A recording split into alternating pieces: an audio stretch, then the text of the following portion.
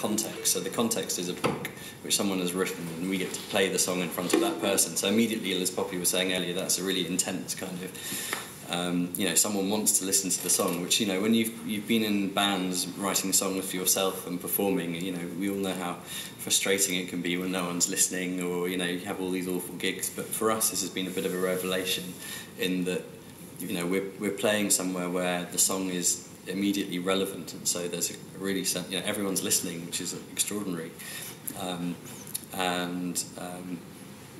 The other thing is as well, this is not in the music industry as such, this is in the book industry, and you know, we're just kind of doing this thing, but the kind of unknown to us, lots of publishers and authors thought this was a really good thing because it's like a little summary of their book in 3 minutes or something. You know, it's a taster of some aspect of their book.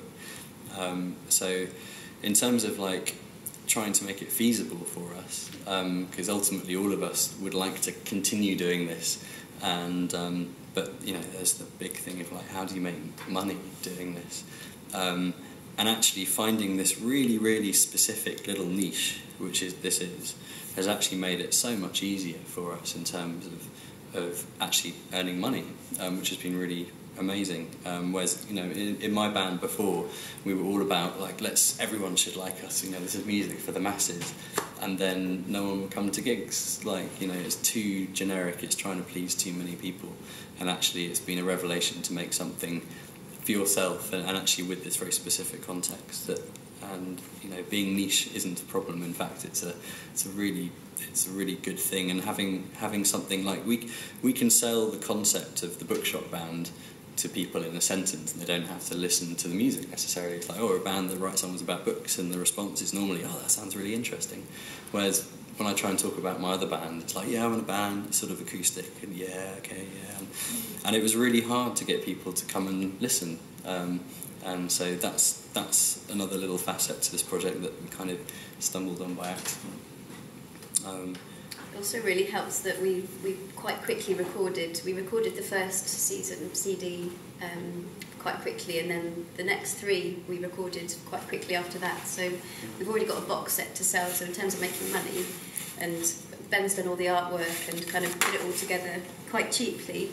So it's actually, we're making money when we sell them. So that's a really good thing. And it's important to have like an object quite quickly, I think, for us to. Yeah. Because we have to write so many songs. We, as Ben said, we've been together for just over 2 years, and we have just under 70 songs. That's why we've got the words. Yeah. Because we have to keep writing them, and so the next lot we need to record the next lot quite quickly as well, because we play them and people, if we want to sell the CDs, they're like, well, do you have that song? And we haven't recorded it yet, so it's quite good to get them out there. That was the thing with the first album, because we started in September 2010, and by December 2010, which is 2 months at the beginning of December, we'd already recorded and produced the first album and got it into the shop, like really, really quickly. So there wasn't, in the same way that we're writing very quickly and not preciously, we just recorded it because it was really important. And I know there's lots of, you know, CDs are not necessarily the best thing to do, but actually when you're gigging,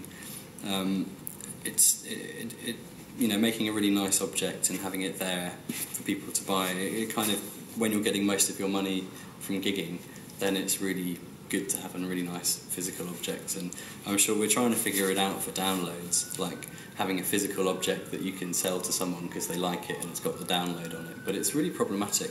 But yeah, so all this box set is from our first year, so we did 4 albums in our first year, and then we've just basically got another 4 to record now. And it'll make the whole project viable, because if we go to a gig, we'll have, bookshops are tiny, we'll have 20 people in there, but it's a really intense kind of gig and they're really listening, and then we'll sell maybe 10 CDs and 4 box sets, but that's like 250 quid from just playing to 20 people. So all of a sudden it's like we can play these small venues because we can actually make money from it. You know, it's not a great living, but I mean, to make money from touring is extraordinary. And we've just finished a tour of bookshops in the UK, and we're just planning another one now, because we know we can do it. We know we can go to a small venue and sell some CDs and pay for our petrol and food and take away some money and not have to do other little jobs. And we can kind of tell the bookshops what works as well, because they're in a position of taking a risk because they haven't done it. They haven't put a band on before necessarily, most of them. And so if we can actually go to them and give them a format and say, look, if we do it like this, then you're likely to sell some books and we're likely to sell some CDs, and you can charge tickets, and it all works. It's a really mutually beneficial situation. And we did a gig recently where we sort of busked in a shop, but it's a shop we'd visited on our tour, and they're just they're a great couple. They've got a really amazing shop and they like what we do, and we asked if we could go back and do a Christmas gig there or something, because we knew that if we were in their shop it would work because they're good at what they do, and they let us come in. We did like a late night Christmas shopping thing, and we sold loads, didn't we? And they were really happy for us to be there because it made their place really vibey and those people wanted to come in. But it was also somewhere that we could sell our things and show what we can do. So it's kind of about, that's what I think, that's like something that I've realised loads, is like looking for like how to work together with other people who need, because they're kind of looking for things to boost their image and their sales and all that kind of stuff. And so if you can, no, it's definitely not what we set out. Like we set out as like, that sounds like an interesting writing project. You know, that was literally what it was. But to then be in that position and make the most of it. Because we haven't changed what we've done. It's very much, you know, we don't really get paid, generally speaking, for writing songs about books. We kind of do it just because it's a really great way of writing. And it's one of the most wonderful things is having all these deadlines so that you just have to do it. But without changing what we do, we're just working out how we can be sustainable, and you know, we know what works now because we've done it, and we can work with people to make it work. Yeah.